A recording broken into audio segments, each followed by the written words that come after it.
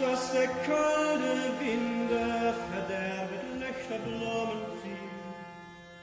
Noch so zwinget mich ein seelenliche Arbeit, des klache Beide irrend mich hinder meine höchsten Freuden. Buenos días, buenas tardes, buenas noches, sean bienvenidos a Cómo ser ciego. En esta ocasión, tras una larga ausencia, me hallo entusiasmado ante el cometido que vamos a llevar a cabo. Digo vamos porque tengo la gran fortuna de contar con la ayuda de un compañero de la Facultad de Geografía e Historia. Su nombre es Salvador González. Salvador, bienvenido. Bien hallado, Alejandro. Encantado de que me hayas invitado a compartir este espacio contigo. Vamos a analizar, al desarrollar una coyuntura histórica. Se le ha llamado de muchas formas.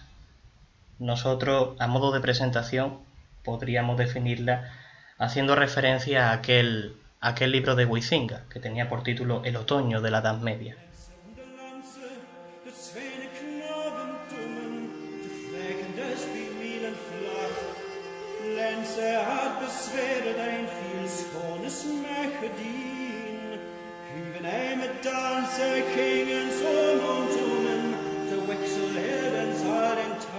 Sich eben Blumensappel der Rosenkränze liegen und eines schmale Riesengut gezerrt von ihr Hofet und von Rosen einen Hut. Wer hätt ihn es erlodet?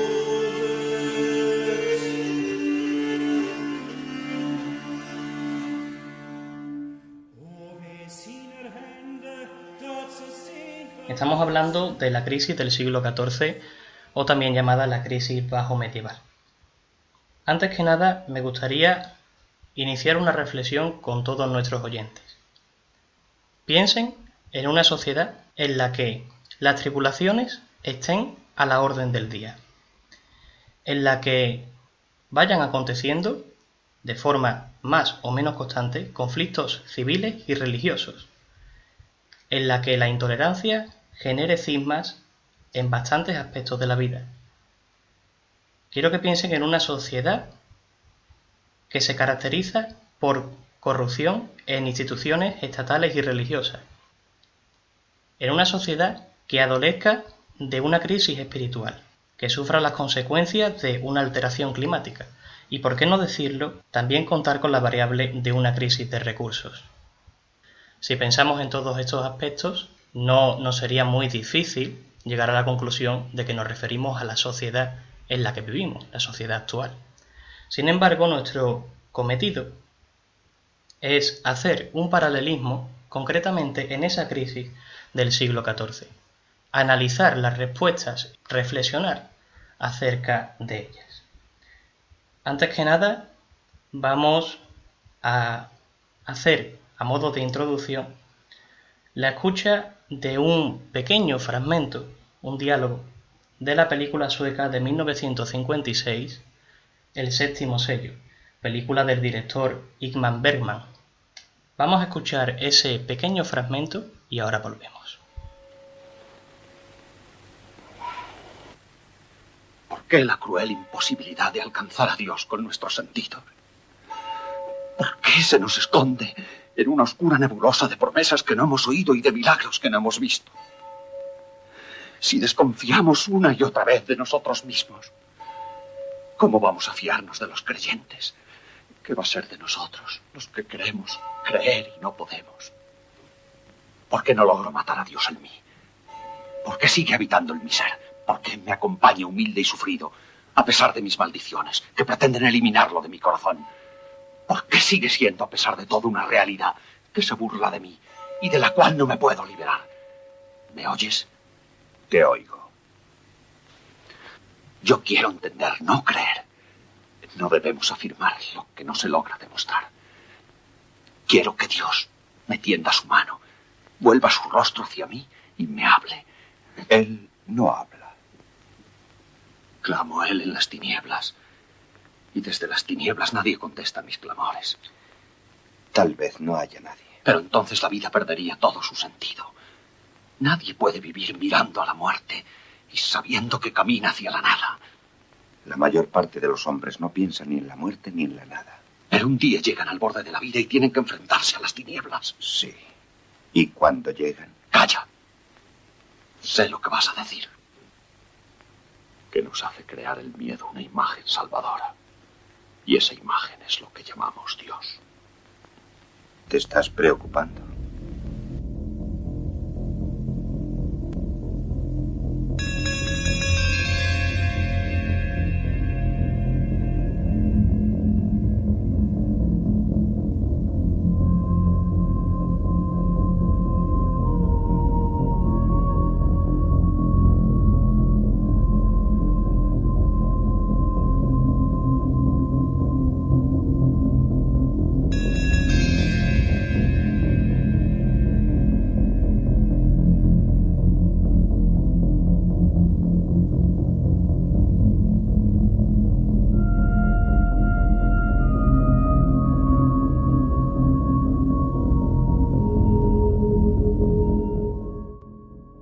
Tras escuchar este fragmento de la película del Séptimo Sello, fragmento que hemos elegido porque, bueno, en suma, la película está ambientada en esta crisis bajo medieval y bueno, es un fiel reflejo de la realidad que podría vivirse en ese momento. ¿Qué te ha parecido? ¿Cuáles son tus impresiones acerca de ella? Realmente creo que la película es muy buena porque, como tú bien decías, de una manera gráfica le hace entender al espectador cuál fue la realidad humana de aquel momento, ¿no? Es una crisis donde Dios se escapa, no explica el dolor ni el sufrimiento, se esconde, como dice el caballero, en una nebulosa de milagros y promesas que no hemos oído ni visto. También quería destacarte otra de las cosas que decía, que era que pida la muerte, que ansía encontrar a un Dios que nuevamente se le escapa. Se le escapa una imagen de Dios que parece que estaba preconcebida y que se rompe, ¿no? Sí, bueno, además un Dios, o sea, una imagen de un Dios muy ajeno, ¿no? Muy exógeno, ¿no? Es muy sentenciar esa frase que le dice, él no habla, ¿no? Es horrible. Fruto de, bueno, pues como ya veremos después, un paisaje desolador el que se produce en esta época. Paisaje que va a hacer que se produzca un replanteamiento de cuestiones sobre la fe, sobre la muerte, a nivel social, que luego va a llevar hacia el desarrollo del individualismo. Lo veremos más adelante. Antes hemos considerado necesario desarrollar algunos conceptos propios de la corriente historiográfica del materialismo histórico, a fin de que sea pues, más sencilla la explicación, la comprensión y la reflexión de estas cuestiones que estamos tocando.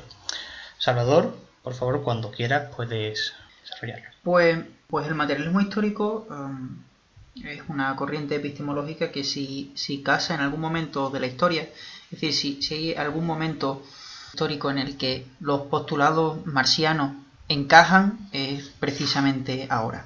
Desde un punto de vista materialista, ¿cuál sería digamos, una frase que lo definiera de manera global? La pieza fundamental, la clave de bóveda sería que vamos a desarrollar los conceptos de infraestructura y superestructura posteriormente, pero digamos una frase que lo defina así a grandes rasgos sería que la infraestructura determina siempre a la superestructura. Básicamente quiere decir que de la dimensión funcional, de la dimensión material, económica, emanan todos los aspectos sociales. Claro, ¿hasta qué punto, digamos, la base material, la economía, determina los aspectos sociales? Pues este asunto ha sido objeto de un debate bastante vehemente en los círculos eruditos marxistas,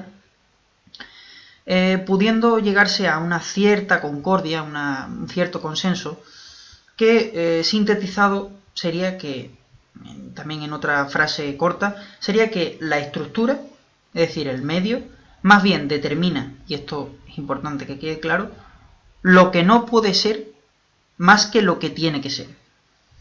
¿A qué me refiero con esto?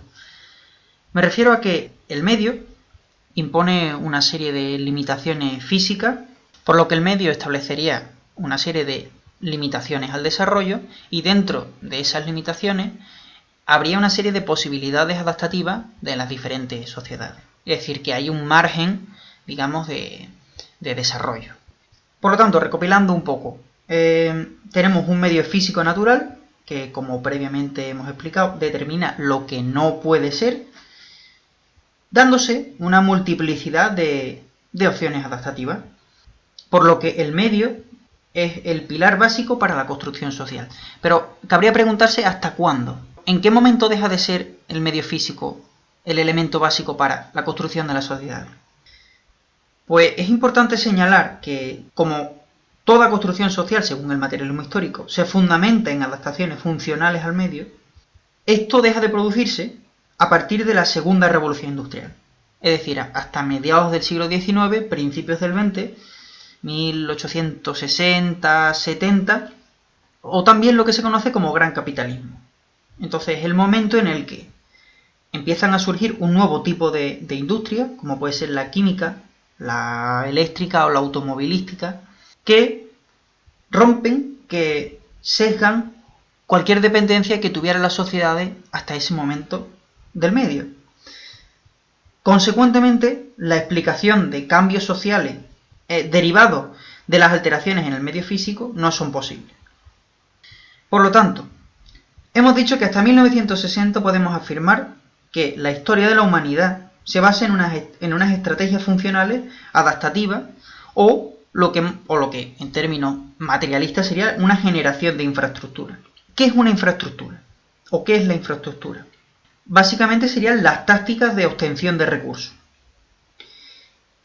Realmente es la primera interacción que hay del hombre con su medio, ¿no? Son esas estrategias adaptativas para la supervivencia, y están integradas por tres elementos.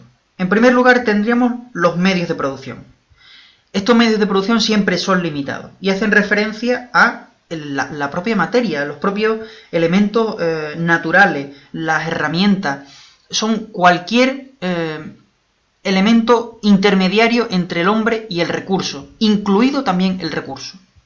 El segundo pilar de la infraestructura son las fuerzas de producción. La fuerza de producción es la energía, es la fuerza humana de trabajo empleada para la transformación de ese medio de producción, de esa materia, de ese recurso. Son los propios hombres o trabajadores, y veremos cómo al final la fuerza de producción, por una serie de procesos, se termina convirtiendo en la única posesión de algunos colectivos.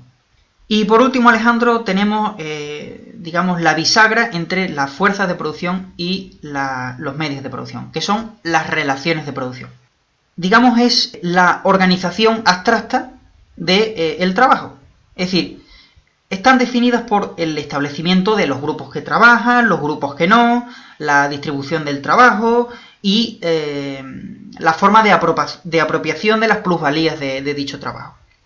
Hasta aquí tenemos lo que es la infraestructura, ¿de acuerdo? Que tiene un fuerte componente tangible, tiene un fuerte componente material. Y ahora vamos a definir qué es la superestructura, pero antes quisiera hacer referencia a las relaciones de producción. Las relaciones de producción siempre son contradictorias. Y esta contradicción, para ejemplificar esta contradicción o para explicar esta contradicción, Marx era un gran entendido en Hegel, y utiliza su concepto de dialéctica de amo y esclavo para explicar estas contradicciones. Entonces, también quisiera hacer un pequeño paréntesis, y vamos a relajar un poco el ambiente, que es demasiado teórico, y quisiera hacer un pequeño paréntesis que está en relación con esto.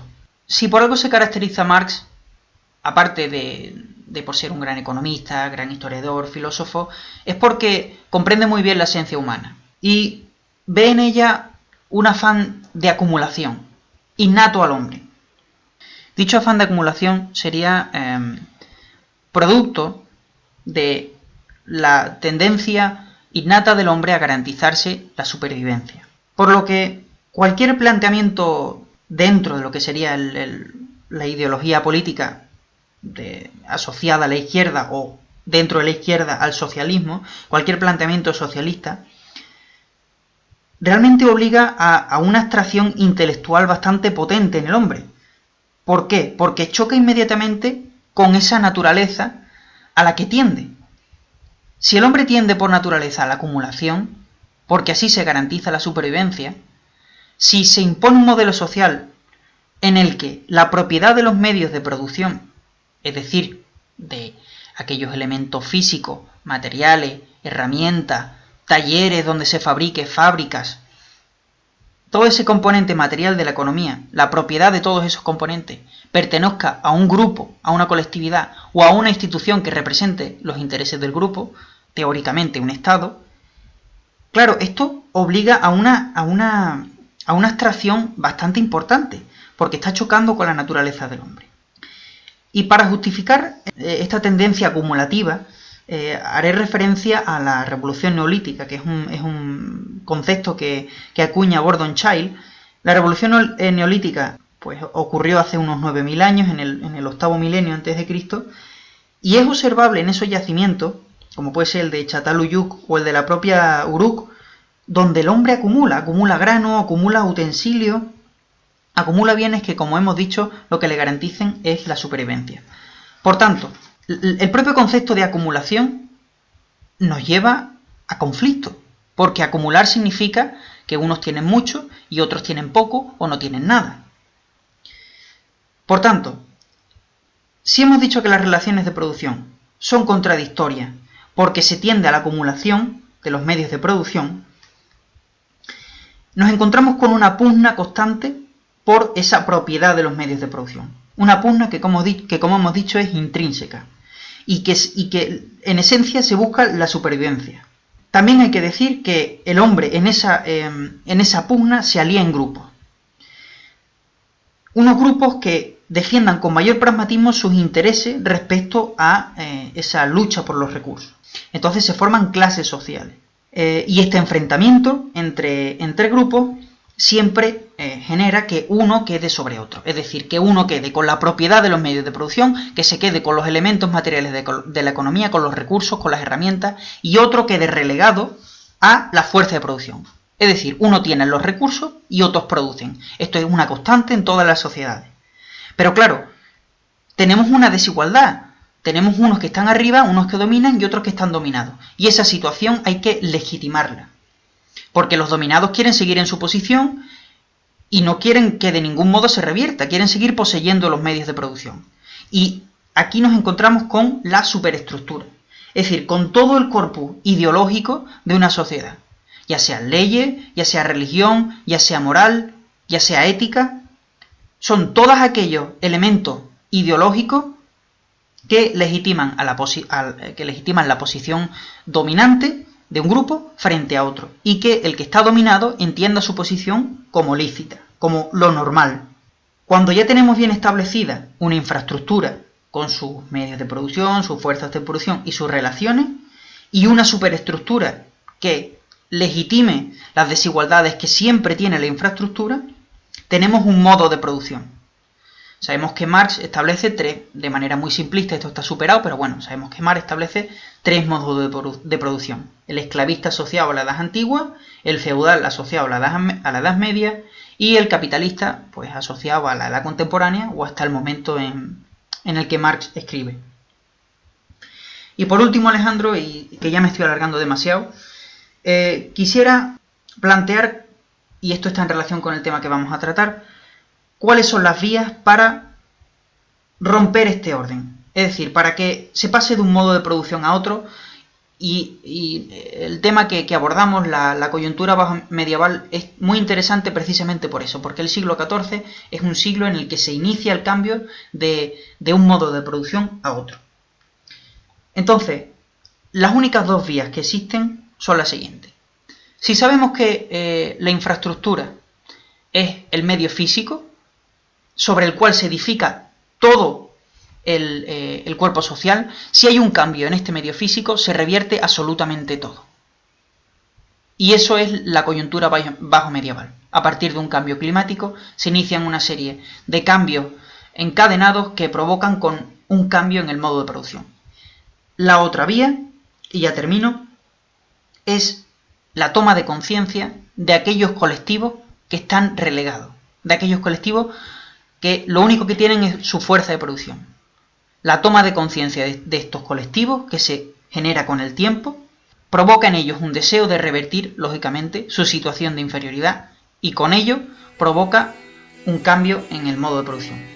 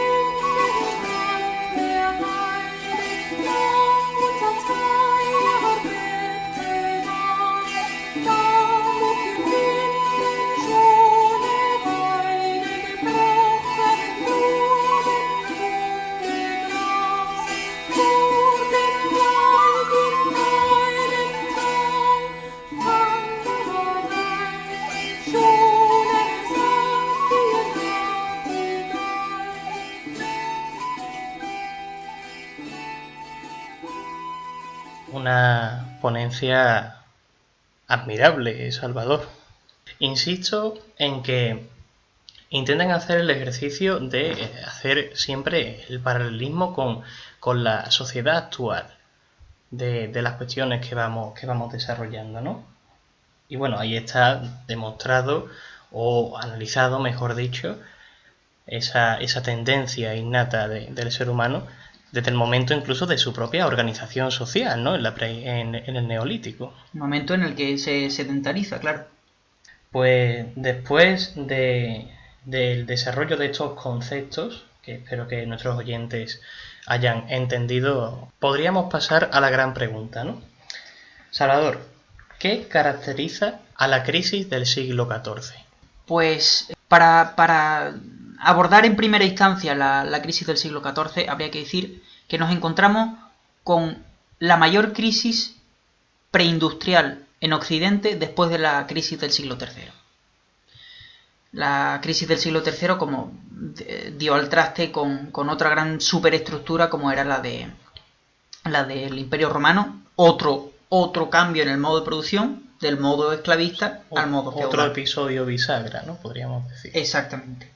También decir que deja una impronta muy negativa en la historiografía siguiente, es decir, los herederos de esta coyuntura medieval, de este, como bien has dicho al principio, este otoño de la Edad Media, es el Renacimiento. Se empieza a hacer una nueva historia, digamos, donde el hombre tiene un papel más activo, consecuencia de esta crisis, y claro, hay un rechazo absoluto a esa última Edad Media tan lóbrega, llena de muerte, de guerra, de destrucción.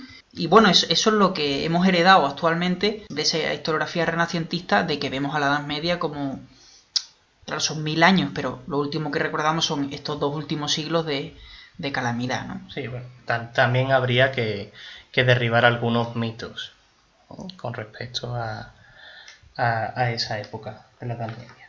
Bien, pues podríamos, si te parece, Salvador, entrar ya en verdadera materia, entrar en el fango, dicho hablando en plata, con la cuestión, digamos, más importante, ¿no? de este análisis, que es la potenciación del yo, el desarrollo del individualismo, que lo origina, qué causas tiene, qué consecuencias, ¿no? Si te parece, podríamos ver esa cuestión del individualismo. Sí. A ver, las causas, es decir, las causas estructurales de la crisis las veremos con posterioridad, pero me agrada mucho que hayas hecho hincapié en esto, porque desde luego una de las causas, o sea, uno de los aspectos más relevantes de esta crisis es precisamente esa potenciación del yo,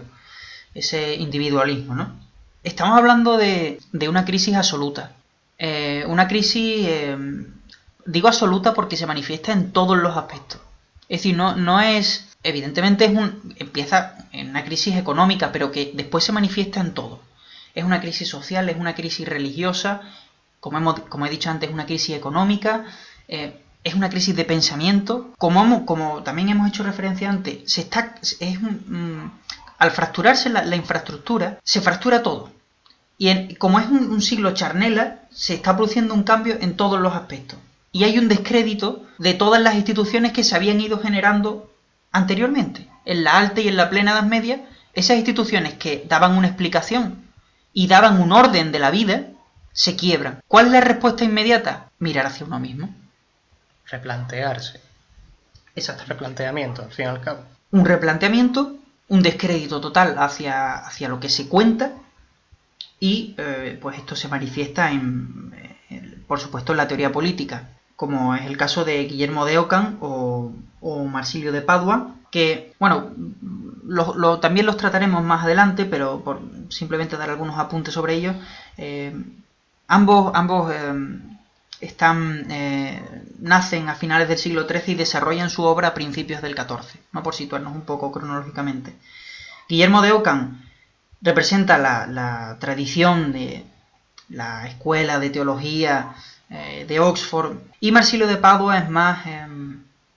viene del mundo gibelino, del norte de Italia, siempre refractario del papado, y bueno, ambos lo que hacen es retomar a la sociedad, como producto de este descrédito total de la situación que se estaba viviendo, pues se retoma a la sociedad como un cuerpo activo y como fuente moral de poder. Ya no es Dios, ¿no? Sino se retoma un poco, digamos, ese sustrato ahí clásico que aún latía. La sociedad se vuelve una fuente moral de poder, se vuelve una fuente legitimadora de la autoridad.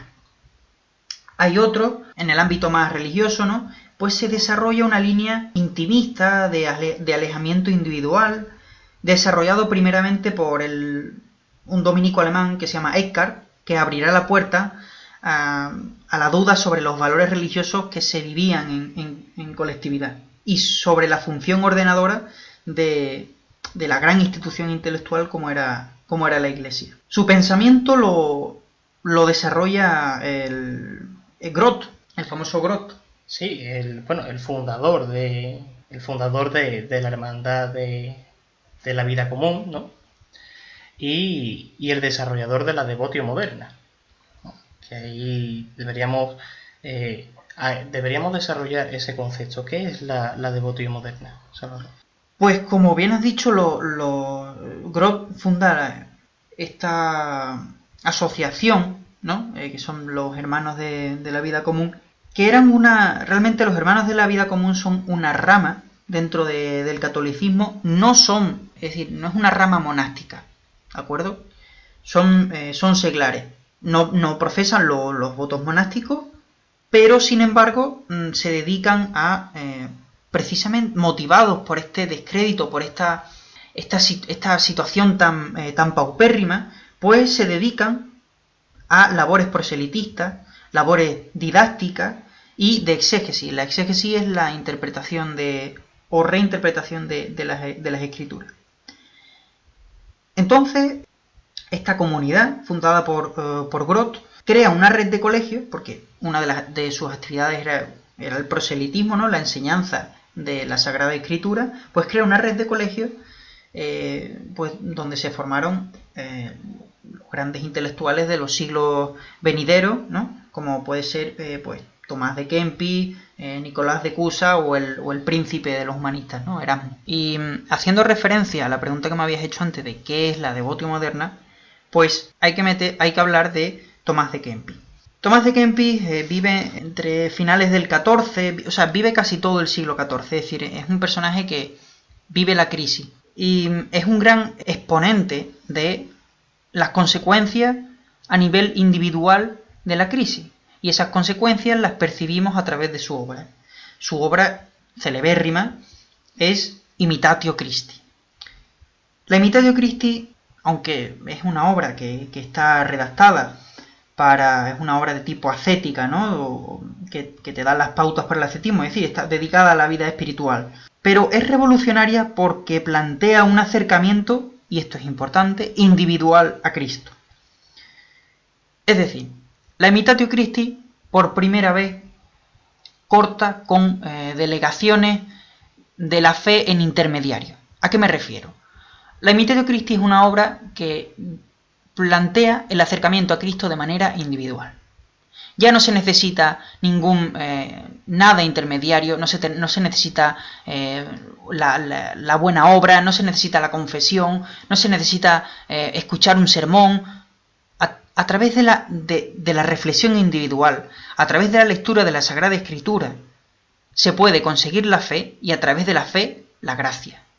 La gracia, digamos, es la llave medieval para conseguir la salvación, ¿no? El no ir al infierno, que aunque ahora nos parezca muy lejano, ha sido un gran tormento de la humanidad durante mucho tiempo. Entonces, por eso es revolucionaria la Imitatio Christi, que es el núcleo de la Devotio moderna, que es esa corriente que se desarrolla sobre todo en el norte de Europa, donde el mundo urbano tenía más efervescencia, donde la cultura estaba también un poco más desarrollada, pues de ese acercamiento individual a Cristo a través de la lectura de las Sagradas Escrituras. Bueno, totalmente revolucionaria, ¿no? La obra de Tomás de Kempis y muy interesante.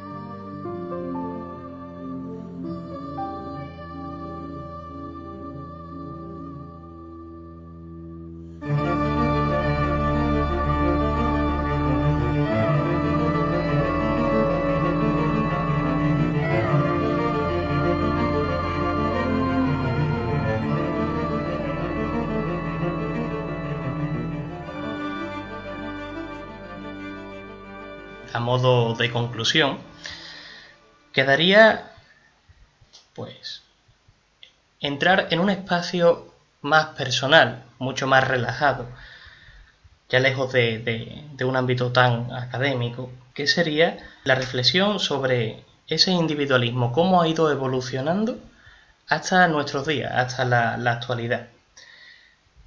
Esta es una opinión personal, y es que el que les habla piensa que el individualismo se ha exaltado, llegando a unos extremos pues casi imposibles de imaginar en otras épocas, en otros momentos, aunque sea una auténtica realidad. Como diría, y cito una frase de Iker Jiménez, nuestra sociedad es la que está más conectada y a la vez más desconectada de toda la historia. ¿Tú qué piensas, Salvador, acerca de esta opinión, de esta reflexión? Pues estoy completamente de acuerdo, porque si bien es cierto que hay un paralelismo bastante claro en el sentido de que hay una vuelta hacia nosotros mismos, es decir, en este momento de crisis hemos terminado bastante, o sea, está todo bastante atomizado, ¿no? Hemos terminado cortando bastantes vínculos sociales. ¿Y a qué me refiero? Y en esto tiene mucho que ver la tecnología. En el mundo de hoy en día, uno puede desarrollar su vida sin moverse de un punto. Perfectamente. Con toda perfección puede desarrollarla, puede cualquier aspecto. Claro, quiero decir, puedes trabajar desde tu casa, puedes culturizarte desde tu casa, puedes hacer la compra desde tu casa, relacionarte desde tu casa. Todo filtrado a través de una pantalla, ¿no? Uh-huh. De un testigo anónimo que va filtrando pues desde tu pensamiento, la información y el conocimiento que vas adquiriendo, las conversaciones con seres queridos, en fin, no ya solo la objetividad, sino también la subjetividad que claro, se pero filtra ahí. Tú lo has dicho, es un filtro anónimo. Es decir, no hay lo que sea, al final la relación directa cara a cara con la persona se pierde y se hace a través de un filtro, una pantalla, internet. ¿Quién es el intermediario realmente? O sea, ¿quién analiza todo eso que compartimos? Todos esos vínculos que establecemos, esas consultas que hacemos, esas compras que hacemos, todo eso está filtrado, todo eso hay un intermediario ahí que lo controla, ¿no? Sí, y rizando el rizo, no solo quién o quiénes están pues formando parte de ese filtro, sino también qué intereses persiguen, qué objetivo buscan. Seguramente, porque nada es casualidad, esto beneficie a algo o a alguien, porque la realidad es que cada vez la sociedad está más atomizada y la realidad es que cada vez la sociedad está más individualizada y hay menos causas sociales y por lo tanto hay menos identidades y la gente se identifica menos con las cosas, con los proyectos comunes. Y desde luego, y esto es una cosa de la que estoy completamente segura, Alejandro, es que cuando alguien está solo es mucho más fácil controlarlo.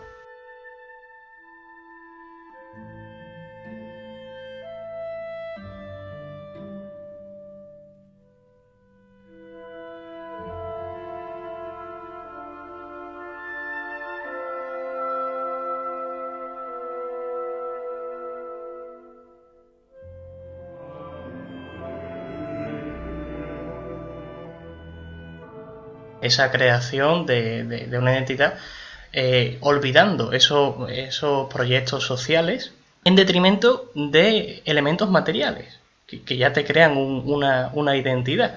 Claro. Hoy día. Claro. Y yo quisiera reseñarlo, y esto es lo último, también tiene un poco el carácter de arma de doble filo. Me quiero referir a ese testigo anónimo, ¿no?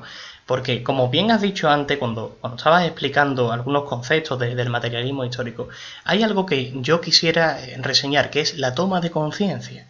El individuo no adquiere pues la conciencia de su ser, ¿no? De que está siendo aislado y, por tanto, es una posibilidad bastante firme, que controlado más fácilmente. Uh-huh. podemos decir que nunca ha cobrado más sentido esa frase de la unión hace la fuerza. Realmente, si quieres cambiar algo, estás solo. Claro, si tienes algún tipo de problema, estás completamente solo y completamente aislado. Y también lo que tú bien has dicho, que desde un punto de vista materialista, como hemos planteado, hay dos vías. Una que o cambia el medio sobre el cual se sustenta la economía y el resto de construcciones sociales, ¿no? O bien hay un cambio en el medio, o bien hay un cambio en las clases relegadas, es decir, como tú bien has dicho, la toma de conciencia. Pero ¿qué ocurre? Que en sociedades, y esto también lo hemos dicho antes, en sociedades postindustriales, esa dependencia del medio está superada. ¿De acuerdo? Ya los cambios en el medio no afectan a la sociedad, porque hay tecnología que permite que nos sobrepongamos a los cambios climáticos, los cambios en el medio. Por lo tanto, queda una sola vía, que es la toma de conciencia. Bien, bueno, pues ahí lo dejamos. Se puede decir más alto, pero no más claro. Y bueno, pues por mi parte, muchísimas gracias por la colaboración, Salvador. A ti, Alejandro, de verdad que ha sido un auténtico placer, he disfrutado muchísimo y que espero que me invites para próximas entregas. Desde luego que sí. Muchísimas gracias a nuestros oyentes y solo vaticinarles de alguna forma cuál será la próxima entrega de esta serie monográfica dedicada a la crisis del siglo XIV o crisis bajo medieval. El próximo programa irá destinado a la pequeña edad de hielo, el hambre y la peste. Por nuestra parte nos despedimos, les deseamos una grata existencia y recuerden, de ser cielo es de lo que se trata.